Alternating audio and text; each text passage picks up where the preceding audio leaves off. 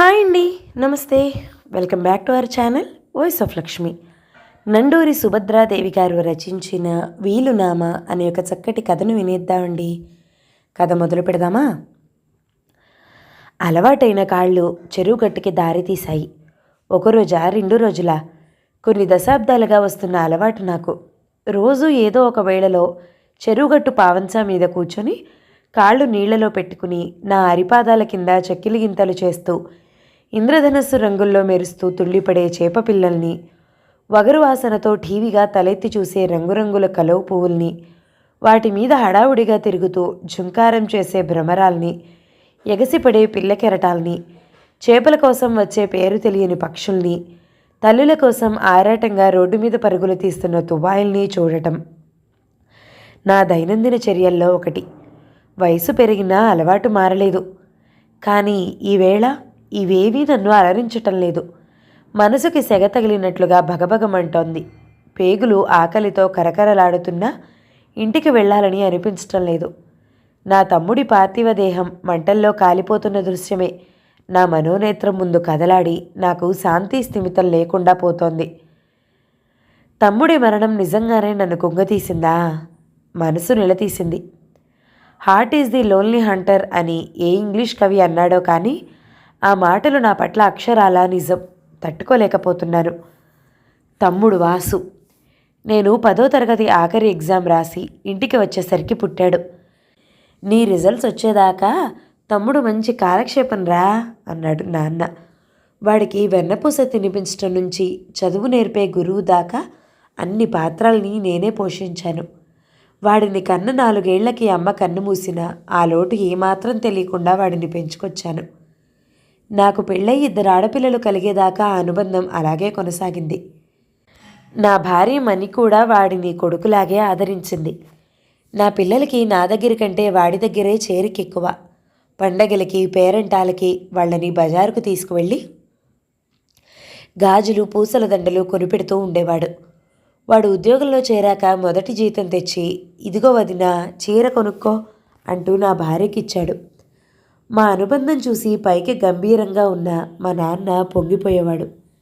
కానీ ఏది నీరుడు కురిసిన వాత్సల్య వర్షం? ఎక్కడ తమ్ముడు?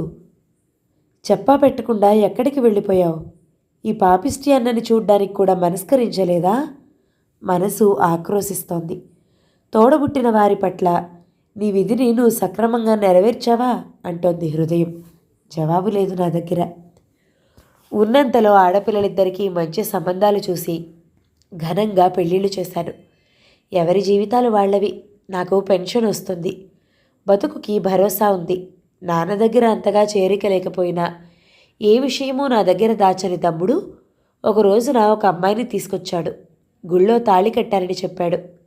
ఇంట్లో పెద్ద రభసే అయ్యింది. మణి మాత్రం తోడికోడల్ని సాదరంగా ఆహ్వానించింది. ముఖ్యంగా ఆడవాళ్ల మధ్య ఎక్కువ పొరపచ్చాలు వస్తాయనే అపోహ ఉంది నాలో. కానీ మణిధోరణి వేరుగా ఉంది. నాన్న మాత్రం పరిస్థితులతో రాజీ పడలేదు. గుట్టి చప్పుడు కాకుండా వీలునామా రాయించుకొచ్చేశాడు. ఉన్న 6 ఎకరాల పొలం, ఇల్లు నా పేరున రాయించాడు. ఆస్తి ఆయన స్వార్జితం కనుక ఎవరూ నోరు విప్పడానికి అవకాశం లేకపోయింది. తమ్ముడి భార్య వహ్ని ద్వారా సంగతి తెలుసుకున్న ఆమె పుట్టింటి వాళ్ళు గొడవకి వచ్చారు. నాన్న మాత్రం బెదర్లేదు, చెదర్లేదు. చేసేదేమీ లేక వాళ్ళు వెళ్ళిపోయారు. పైకి ఏమీ అనలేక స్థితప్రజ్ఞుడిలా మిన్నకుండిపోయాడు వాసు. అన్నదమ్ములిద్దరం ఒకే ఇంట్లో పక్కపక్క వాటాల్లో ఉంటున్నా ఎదురుపడితే ముభావంగా పలకరించుకోవటం అలవాటైపోయింది. కొన్నాళ్లకు నాన్న కూడా సుస్థి చేసి దాటిపోయాడు. ఇంట్లో మిగిలిన నలుగురి మధ్య మౌనమే రాజ్యమేలేది. ఈ పరిస్థితి జీర్ణించుకోలేని మణి ఒక రోజున నన్ను నిలదీసింది. దేనికైనా ఒక హద్దుండాలి. ఈ పాపిష్టి ఆస్తి కోసం రక్త సంబంధాన్ని దూరం చేసుకుంటారా? ఇది మీకు తగిన పనేనా? ఎందుకు పుట్టానా అని వాడు బాధపడే పరిస్థితి మీరు తీసుకొస్తున్నారు. తండ్రి ఆస్తి అనుభవించే హక్కు వాడికి లేదా అంటూ నా మీద విరుచుకుపడింది. నాకు ఒక్కసారిగా మనసు భగ్గుమంది. వాడి తరపున వకాల్తా పుచ్చుకుని మాట్లాడతావేం? నీకు పుట్టిన పిల్లలకి ఆస్తి ఉండాలని లేదా? ఉన్నదే 6 ఎకరాల భూమి. ఆడపిల్లలిద్దరికీ చెరో 2 ఎకరాలు పసుపు కుంకుమ కింద ఇద్దామనుకుంటున్నాను. అది తప్పేనా? పిల్లల తల్లిగా ఆలోచించడం నేర్చుకో కాస్త విసురుగా అన్నాను. పోయేనాడు ఏం మోసుకుపోతాం అని సణుక్కుంటూ లోపలికి వెళ్ళిపోయింది. నాకు నా భార్య సపోర్టే లేదు అనుకున్నాను గుబులుగా. రోజులు భారంగానే గడుస్తున్నాయి. ఓ రోజు మణి స్వీట్ తెచ్చి చేతికిస్తూ మనం పెద్దమ్మ పెదనాన్న కాబోతున్నాం అని సంబరంగా చెప్పింది. తమ్ముడికి కొడుకు పుట్టి నా పిల్లలకి పోటీకొస్తాడేమో అనుకున్నాను అసహనంగా. లిప్తకాలంలో నా మనసును చదివేసింది నా జీవిత సహచరిణి.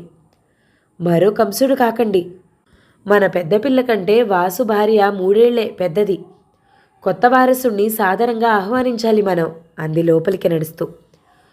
ఒకరోజు తమ్ముడు అతడి భార్య ఏదో విషయమై మాట్లాడుకుంటున్నారు. నేను వసారా చావిడిలో అటు ఇటు పచార్లు చేస్తున్నాను. ఎంత వినకూడదని అనుకున్నా ఆ మాటలు చెవిలో పడుతూనే ఉన్నాయి, తొలిపొద్దు సూర్యకిరణాలు తాకినట్లుగా. ఎంతకాలం అని, ఎంతకాలం అన్నయ్యతో ఈ నిశ్శబ్ద యుద్ధం? పోనీ నేనేమైనా ఆస్తి కోసం గొడవ చేశానా? మీ వాళ్ళు మాట అడిగారు అంతే. అంత మాత్రానికి అన్నయ్య ఏళ్ల తరబడి నాతో మాట్లాడకుండా ఉండిపోతాడా? నాకు చిన్నప్పుడు వెన్న తినిపించిన ఆ మనసేనా శిలలా మారిపోయింది? ఉంచుకోమను, ఆయన్నే ఉంచుకోమను, నాకేం అక్కర్లేదు. నా రెక్కల కష్టం మీద నేను బ్రతకగలను, నిన్ను పిల్లల్ని పోషించుకోగలను. అయినా మా విషయంలో మీ వాళ్ళు ఎందుకు కలగజేసుకున్నారు అసలు? నీ నుంచి కూడా ఇక్కడ ఎవరూ ఏమీ ఆశించలేదు కదా అన్నాడు. నిజమే, మా వాళ్ల పొరపాటు కూడా ఉంది. నేను ఏదో మాటల మధ్యలో ఈ ఆస్తి ప్రస్తావన తెచ్చాను, కానీ ఇలా మనస్పర్ధలు వస్తాయని ఊహించలేకపోయాను. పోనీలేండి, ఆప్తుల మధ్య విభేదాలు ఎన్నాళ్ళుంటాయి కనుక. వచ్చే బుడతడిని చూసి ఆయనే మారతారు నవ్వుతూ అంది వహ్ని. వాసు కూడా బొళబొళా నవ్వేశాడు. వాళ్ళు బయటికి వస్తారేమోననే అనుమానంతో పచార్లు ఆపి గబగబా లోపలికెళ్ళాను. చూస్తూ ఉండగానే నెలలు గడిచిపోయాయి. వహ్నిని పుట్టింటికి తీసుకువెళ్లారు ఆమె పుట్టింటి వాళ్ళు. సదా చిరునవ్వుతో కనిపించే వాసు చిన్నబుచ్చుకున్న ముఖంతో 2 రోజుల పాటు తన గదిలోంచి బయటకు రాలేకపోయాడు. మణి అతన్ని మందలించి తీసుకొచ్చింది. ఒక రోజున తెల్లవారుజామున వాసు మొబైల్ రింగ్ అవుతుంటే పక్క గదిలో పడుకున్న నాకు మెలకు వచ్చింది. మణి నిద్రమత్తులో అటు ఇటు దొర్లుతోంది. లోపల నుంచి తమ్ముడి గొంతు, ఇదిగో ఇప్పుడే బయలుదేరుతున్నాను అని వినిపించింది. 10 నిమిషాల్లో బ్రీఫ్ కేస్తో బయటకొచ్చాడు. నన్ను చూడగానే, అన్నయ్య, వహనీకి నొప్పులు మొదలయ్యాయట, నేను బయలుదేరుతున్నాను, వెళ్ళాక నీకు ఫోన్ చేస్తాను, వదిలి లేచాక చెప్పు అన్నాడు. తల ఊపి ఊరుకున్నాను. చీకటిలో కలిసిపోయాడు వాసు. తెల్లవారి 10ంటికి ఫోన్. అన్నయ్య, బాబు పుట్టాడు, అచ్చు నాన్నగారిలా ఉన్నాడు. వీడిని చూస్తే నువ్వు అస్సలు వదిలిపెట్టవు, వదినకు చెప్పు ఈ సంగతి, పిల్లలిద్దరికీ నేను చెప్తాలే అని ఫోన్ పెట్టేశాడు. భారమైన నిట్టూర్పు వచ్చింది నాలో నుండి. అనుకున్నంత అయ్యింది. నా పిల్లలు, వాళ్ళకి ఆస్తి కట్టబెట్టాలి అనే స్వార్థం నాలో ఉన్నట్లే కొడుకు రాకతో తమ్ముడికి మాత్రం ఇన్నాళ్ళు అంతగా లేని స్వార్థం మొలకెత్తి మొక్కగా మారి మహావృక్షమైపోదు. దీన్ని మొదట్లోనే తుంచేయాలి. ఈవేళో రేపో వెళ్ళి లాయర్ గారిని కలవాలి. ఆస్తిని నా కూతుళ్ళకి సమంగా పంచి మాకు కొద్దిగా ఉంచుకుంటే మా చరమ జీవితం నిశ్చింతగా గడిచిపోతుంది. నా ఆలోచనల్లో నేనుండగా ఏమిటి దీర్ఘంగా ఆలోచిస్తున్నారు? చంటాడొస్తాడు, వాడితో ఏ మాటలు ఆడాలనా? కాఫీ గ్లాస్ అందిస్తూ నవ్వుతూ అంది మణి.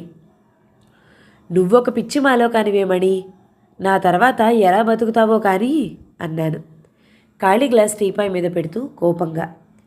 ఇప్పుడు ఏమైందండి?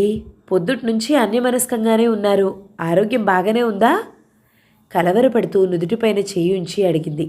పక్కకి జరిగాను చిరాగ్గా. నా అకారణ కోపానికి కారణం తెలియక తికమక పడింది. కాసేపు స్థిమితపడ్డాక కారణం తెలుసుకుని తేలిగ్గా నవ్వేసింది. విస్తుపోయి చూశాను ఆమె వైపు. మీకేమైనా పిచ్చా? చంటి వెధవ ఇప్పుడు పుట్టాడు, వాడి పెరిగి పెద్దై ఆస్తిలో భాగం ఎక్కడ తన్నుకుపోతాడోనని వీరునామా దాకా వెళ్ళిపోయారు. అతిగా ఆలోచిస్తున్నారేమో చూసుకోండి. విల్లు రాసేందుకు ఇంకా సమయం ఉంది, నేను గుర్తు చేస్తానులేండి, అంతవరకు నిశ్చింతగా ఉండండి అని విసుక్కుంటూ వంటింట్లోకి వెళ్ళిపోయింది. సాలోచనలో పడ్డాను. చంటాడు రావటం, ఇల్లంతా సందడి. కాలం 2 ఏళ్లు గిర్రున తిరిగిపోయింది. మధ్య మధ్య వీలునామా గురించి మనసు నన్ను హెచ్చరిస్తున్నా బుజ్జగించి దాటేస్తూ వచ్చాను. ఆ వేళ లాయర్ రఘుపతి గారు బజార్లో కనిపించారు. కుశల ప్రశ్నలు అయ్యాక రేపు మీ దగ్గరికి రావాలని అనుకుంటున్నాను సార్ అన్నాను. రండి అని టైం చెప్పారు ఆయన. సెలవు తీసుకున్నాను. ఇక నా పని నేను చేసుకుపోవాలి, కానీ దీని మాటకి విలువ ఇవ్వటం అనవసరం గట్టిగా మనసులో అనుకుని తేలికపడ్డాను. తెల్లవారి లేస్తూనే వాసు వచ్చాడు. అన్నయ్య, పిల్లాడికి 2 నుండి 3వ ఏడు వచ్చింది కదా, ఈవేళ సింహాలమ్మ గుడికి తీసుకెళ్ళి పుట్టెంట్రుకలు తీయించుకొస్తాం అన్నాడు. సరేనన్నట్లు తల ఊపాను. వాళ్ళు వెళ్ళిపోయారు. స్థిమితంగా నా పనులు కానిచ్చుకుని వంటింట్లోకి కేక పెట్టాను. అలా పొలం వైపు వెళ్ళొస్తా, తలుపేసుకో అంటూ. బండి లాయర్ గారింటికి దారి తీసే లోపల మా దూరపు చుట్టం సాయి పరిగెత్తుకుంటూ ఎదురొచ్చాడు. నన్ను చూస్తూనే భోరుమన్నాడు. బావా, ఘోరం జరిగిపోయింది. ఇంత పొద్దున్నే వాసు ఎక్కడికి బయలుదేరాడు? వెహికల్కి లారీ గుద్దుకుని యాక్సిడెంట్ అయ్యి ఆ అమ్మాయికి బాగా దెబ్బలు తగిలాయట. చంటాడు దూరంగా పొదల్లో పడబట్టి బతికిపోయాడు. కానీ వీడు, మన వాసు, ఆ చెరుకు లారీ కింద పడి. ఇక చెప్పలేక జేబు రుమాల్ని ముఖానికి అడ్డం పెట్టుకున్నాడు. వెక్కి వెక్కి ఏడుస్తున్నాడు. స్థాణు అయిపోయాను. మెదడు మొద్దుబారిపోయింది. శూన్యంలోకి చూస్తూ ఉండిపోయాను. ఏం జరిగింది? ఏం వింటున్నాను? ఇంట్లో ఫోన్ రింగ్ అవడం తెలుస్తుంది. మణి బోరున ఏడుస్తూ బయటికి వచ్చింది. ఇంటి ముందు ఒక్కొక్కరు పోగవుతున్నారు. జరగాల్సిన తతంగం యాంత్రికంగా జరిగిపోతోంది. అప్పుడు మొదలైన నా ఈ శూన్యపు చూపుల్లో 10 రోజులు గడిచిపోయినా మార్పు రావటం లేదు. నా తమ్ముడి రూపం పొత్తిళ్లలో గుప్పులు మూసుకున్నది లగాయిత్తు దహనం అయ్యేదాకా ఒక్కొక్కటిగా కళ్ళ ముందు కదిలి ఒక్కసారిగా భోరుమన్నాను. పేగులు కదిలిపోతున్నాయి. భగవాన్, మనుషులు మరణిస్తే కానీ మిగతా వాళ్ళకి వాళ్ళ విలువ తెలియదా? నిన్న మొన్నటిదాకా ఎంత స్వార్థంతో ఉన్నాను. విసిరేస్తేనే కానీ నాకు చేతిలోని రత్నం విలువ తెలియలేదు. నాకు అష్టైశ్వర్యాలు అక్కర్లేదు. నా తమ్ముడు నాకు కావాలి తండ్రి. మరోసారి భోరుమన్నాను. ఎందుకు ఎలుతున్నావు పెద్దనాన్న? అమ్మ కొట్టిందా? బుజ్జి చేతులతో తుడిచాడు చంటాడు. ఆర్తిగా వాణ్ణి గుండెలకి హత్తుకుని లోపలికి నడిచాను. మరదలు పుట్టింటికి వెళ్ళిపోవడానికి అన్నీ సర్దుకుంటోంది. ఏంటమ్మా అన్నీ సర్దుకుంటున్నావు? అడిగాను కంగారుగా. ఇక ఏం మిగిలింది బావగారు నాకిక్కడ అంటూ కళ్ళు తుడుచుకుందామె. ఏమీ లేకపోవడం ఏంటమ్మా? ఈ ఇంట్లో సగభాగం, పొలంలో సగభాగం, పాడిలో సగభాగం వీడివి. నీ బిడ్డవి నీవి కావా? నిన్నటిదాకా నాకిద్దరు పిల్లలు, ఇప్పటి నుంచి 3. వాసు ఆఫీస్లోనే నీకు ఉద్యోగం ఇస్తున్నారు. మెసేజ్ వచ్చింది. పుట్టింటికి వెళ్ళి 3 రోజులు నిద్ర చేసిరా, వచ్చాక జాయిన్ అవుదు గాని అన్నాను. మణి ఆశ్చర్యంగా నాకేసి చూసింది. ఈసారి నేను లాయర్ గారింటికి వెళతానంటే మణి అడ్డు చెప్పలేదు. కథ సమాప్తం. ఈ కథ కనుక మీకు నచ్చినట్లయితే లైక్ చేయండి, షేర్ చేయండి, మంచి కామెంట్ చేయండి. మన ఛానల్ని తప్పకుండా సబ్స్క్రైబ్ చేయండి. Thank you so much for watching. నమస్తే.